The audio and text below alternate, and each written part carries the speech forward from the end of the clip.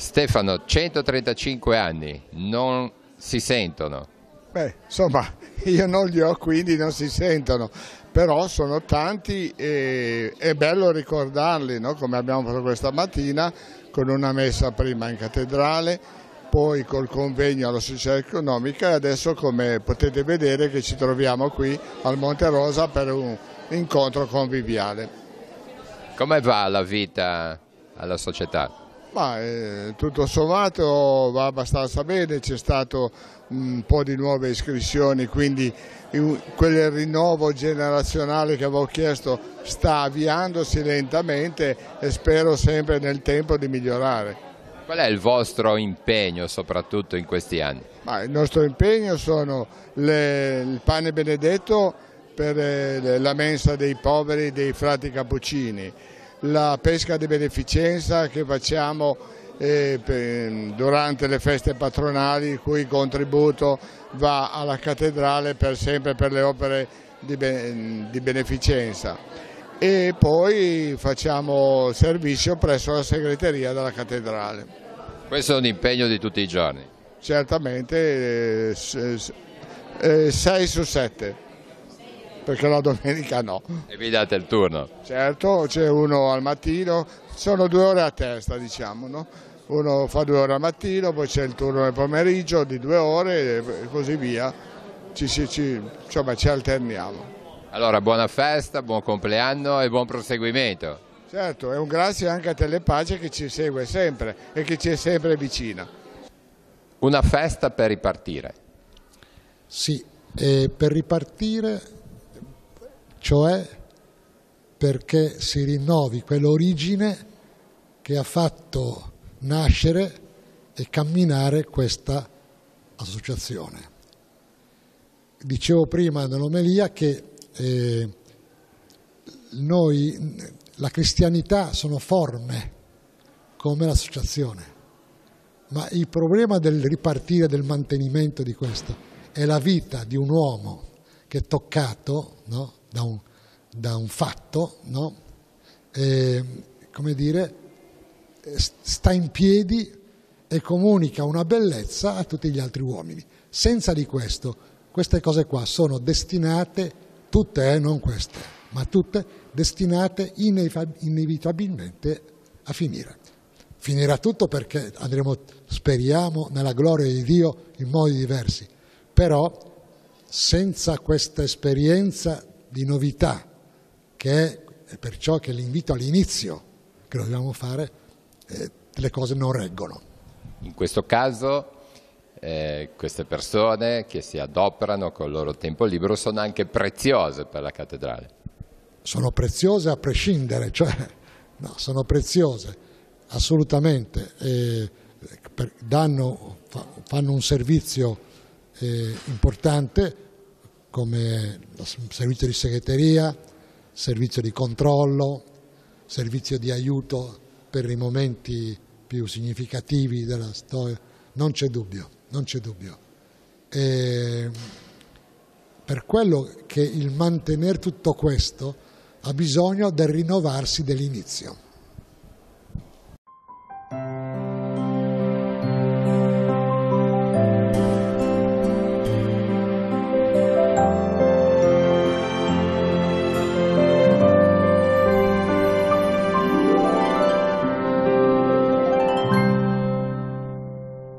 Una presenza a Chiabri per festeggiare il compleanno. Ma più che un compleanno, semplicemente una tappa, perché parlare di compleanni, di traguardi, sembra di essere arrivati a un punto di arrivo. In realtà noi vogliamo andare avanti e noi come federazione siamo molto impegnati a cercare un futuro per le nostre società. Quindi 135 anni vuol dire che c'è tanto di buono se siamo arrivati fin qui, dopo tante difficoltà, perché la Società Operaia Cattolica è nata in un momento di difficoltà per la Chiesa, come è stato ricordato durante questa interessante conferenza. è andata avanti attraversando anche delle guerre, è andata avanti anche attraverso dei forti conflitti sociali. Siamo arrivati qui ma vogliamo andare oltre. Come andare oltre? Rimanendo ancorati alle nostre radici, come ha detto il Vescovo di Chiavari in occasione di un precedente anniversario, la Società Operaia Cattolica Nostra Signora dell'Orto è una realtà della diocesi chiavarese e questo è un aspetto, ma le società operaie cattoliche nascono anche dal mondo del lavoro e adesso dobbiamo ritornare, quindi rimettere in campo le società operaie cattoliche con la loro formazione che ha radici nella dottrina sociale della Chiesa, riavvicinarle nuovamente al mondo del lavoro, ai giovani che sono in azienda, agli imprenditori, a tutti coloro che si riconoscono nei valori cattolici. Dunque ci sono ancora tante cose da fare.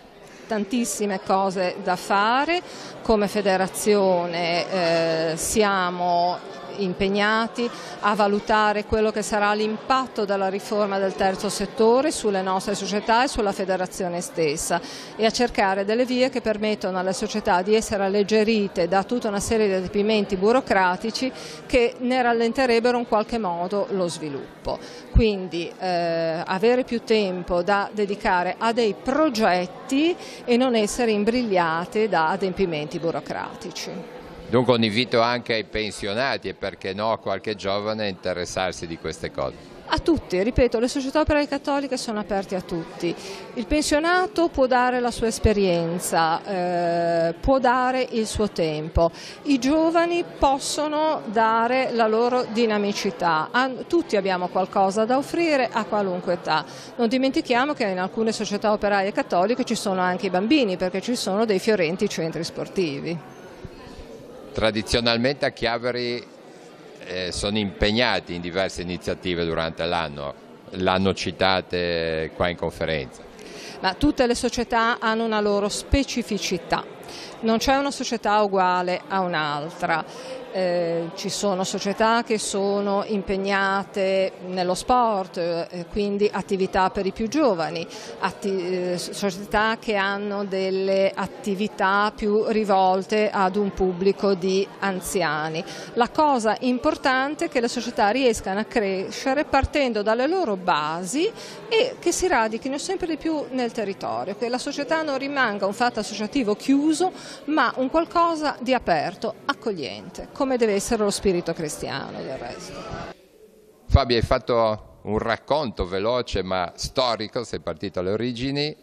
Che idea ti sei fatto di questa festa, di questo appuntamento? Tanto come diceva giustamente all'omelia Monsignor Borzini, non si tratta di un'autocelebrazione perché altrimenti rimarremmo fermi a raccontare quello che è stato, invece dobbiamo dare un qualcosa per ripartire, come diceva anche il vicepresidente regionale, una grande storia. Solidarietà, no, a Chiavari sono tante le società e gli enti che si occupano di solidarietà. Noi abbiamo fatto questa ricorrenza dei 135 anni, una società che ha avuto molti presidenti vicini ai poveri, però persone che contavano, che avevano ottimi rapporti con l'amministrazione comunale, con la curia, perché la solidarietà non è soltanto un gesto singolo, ma deve essere probabilmente accompagnata, diventare un po' una catena. Ecco che allora diventa la carta vincente del sodalizio. Tra le ultime iniziative, non ultime, il pane benedetto per le mense dei poveri e tradizionalmente l'aiuto nelle feste patronali chiavaresi. Esatto, quello del pane benedetto è stata un'iniziativa che ormai ha parecchi anni, con raccolta di fondi e consegna del pane benedetto davanti alla cattedrale, davanti a numerose parrocchie cittadine e anche extra cittadine. La cifra poi raccolta viene consegnata come dicevi tu, ai padri cappuccini di Viale Tappani a favore della mensa dei poveri, un'altra grande istituzione che tutti i giorni si occupa delle persone meno abbienti. Bisogna tenersi stretti le cose belle di Chiavari. Sì, sono tante. Noi chiavaresi siamo un po' mugugnoni, un po' pessimisti, a volte tralasciamo certe cose, invece dobbiamo tenercele, come hai detto te la parola giusta, tenercele strette, la storia, la tradizione, lo sport, lentella, pur che vivendo un momento molto delicato, però vedo che c'è molto calore intorno, compresa anche la società economica dove stiamo registrando questa intervista, insomma tutti si stanno muovendo, questo è un segno molto positivo.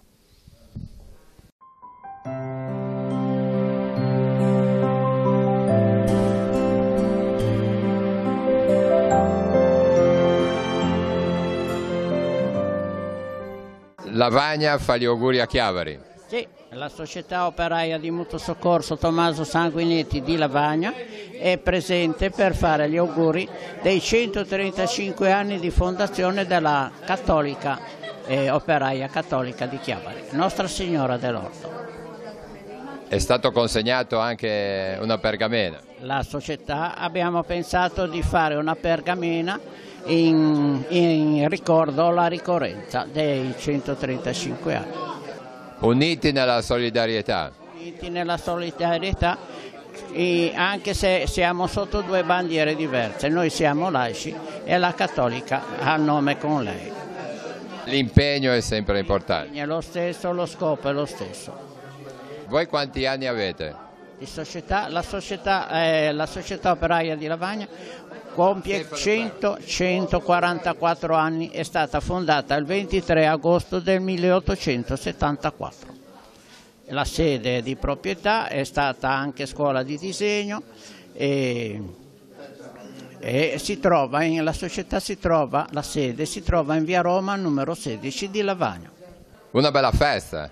Direi di sì, speriamo organizzata con eccellenza, anche se molto difficoltosa. Devo ringraziare il Presidente che mi ha dato l'incarico e spero che insomma, tutto funzioni al meglio. La location, come si suol dire, adesso mi sembra buona, il servizio è eccellente e siamo contenti di aver festeggiato così i nostri 135 anni. Avete messo insieme diversi soci e diversi amici. Sì, certo, questo sì, in primis i soci e poi chi voleva venire di amici e di soci e ovviamente le autorità, perché in questo caso è necessario, ecco. C'è stata anche una bella targa al Presidente della Federazione delle Società. Perché noi comunque siamo legati con Genova e loro sono sempre partecipi e disponibili e questo ci fa piacere perché secondo me vale la condivisione con tutte le società e con chi si adopera per la carità e per l'assistenza. Ecco. Con Don Mario invece un pochino il valore di una società come questa sul nostro territorio, tra le nostre diciamo parrocchie e soprattutto in cattedrale. Quando è nata nel lontano 1883 era un'esigenza direi vitale perché si trattava di un'associazione di mutuo aiuto anche nelle cose più comuni come la sanità, il lavoro, l'aiuto alle famiglie. A quei tempi lo Stato c'era, sì, ma latitava. Oggi molte di queste cose appartengono allo Stato, però continua lo spirito, come diceva Angela, di solidarietà, di carità, di assistenza nei confronti di quei soci, ma anche non soci, che si trovino in particolari necessità. Poi la nostra società in particolare è un aiuto formidabile per la cattedrale nostra, perché i soci si prestano per la segreteria e per molte altre attività.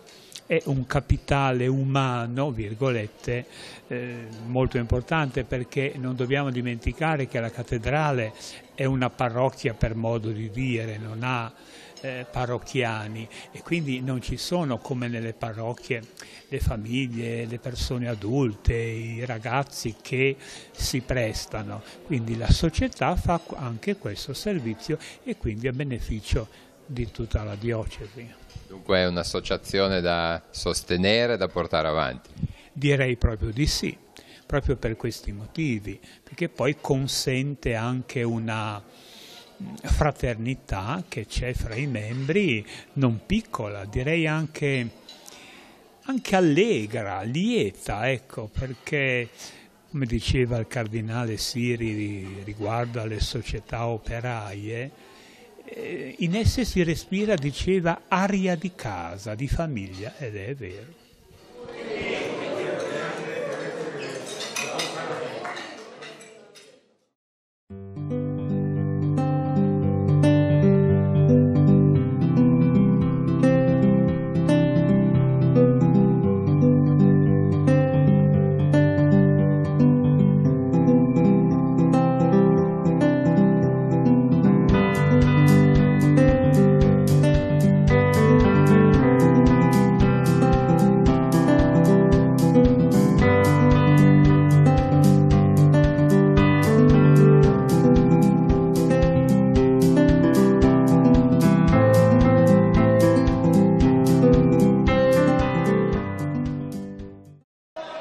Nicolò, la solita bella serata con la cena al buio. Tanti anni che la organizziamo, adesso devo dire che era un po' che mancavamo sul territorio e ho raccolto con grande entusiasmo l'invito di Andrea, che è un amico e che era un po' di tempo che mi proponeva questa cosa. Adesso finalmente siamo riusciti a unire le forze per organizzarla. Io credo, Roby, che sia sempre una bella occasione per stare insieme e per utilizzare anche un momento simpatico come può essere quello della cena per lanciare dei messaggi e far sì che chi esca si porti dietro qualche cosa che magari possa anche mettere in atto nella vita di tutti i giorni. E tra l'altro è anche un modo per capire un pochino le difficoltà che potete incontrare nella vita di tutti i giorni. Ma certo, ma come sempre col sorriso. Ora il massimo che poteva capitare questa sera era togliersi la benda a fine serata e magari non aver bevuto l'acqua o il vino perché non l'avevamo trovato, oppure al massimo rovesciarsi un po' di sugo addosso. Però se si fanno tesoro di queste piccole difficoltà e degli stratagemmi che si devono adottare inevitabilmente, se non vedi, per vivere una vita normale, allora poi magari dove conta davvero, dove c'è in gioco la vita, nella vita di tutti i giorni, possiamo metterli in pratica, perché io dico sempre che non esistono delle regole, un libro per poter rendere la vita migliore alle persone che non vedono, basta il buon senso e a volte immedesimarsi un po', e questa è un'esperienza forte che ovviamente noi non obblighiamo di fare a nessuno, ma che chi fa deve sapere che per quelle 2 ore il telefono lo spegne, si mette in gioco per davvero e cerca di capire delle cose.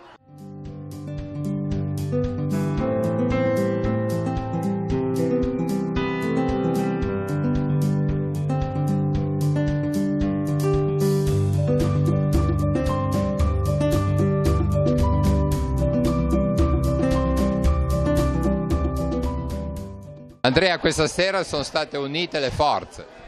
Assolutamente, una squadra con l'associazione ciechi e ipovedenti di Chiavari, della sezione di Chiavari, abbiamo voluto organizzare questo evento e rendere partecipi di una cosa un po' particolare, un po' per noi fuori dal comune. Difficilmente capita di partecipare a una cena al buio e questa sera siamo riusciti a realizzarla e metterci di fronte a una realtà che poi non è così tanto distante da molte persone che quotidianamente frequentiamo. Non è facile? No, assolutamente, è stata una serata tra virgolette difficile, perché si è passati dal mangiare anche cose un po' più semplici come poteva essere una frittella piuttosto che qualche raviolo, fino a dover tagliare la carne, e lì sono iniziate delle difficoltà, perché appunto più volte non riuscivi ad afferrare il boccone, ma allo stesso tempo anche solo versare dell'acqua o farti passare la bottiglia è un qualcosa di diverso. Sicuramente un'esperienza che penso riesca a far portare a casa alla gente un bagaglio in più, ecco, una consapevolezza in più che c'è anche qualcun altro che merita di avere un aiuto, tra virgolette, perché spesso ci chiudiamo nelle nostre forze e dovremmo invece vedere come va avanti degli amici, perché ormai con Nicolò ad esempio ci conosciamo da 11 anni, da quando sono arrivato, per cui è bello poter condividere questo e rendersi conto che le sue difficoltà possono essere un po' smussate, ecco.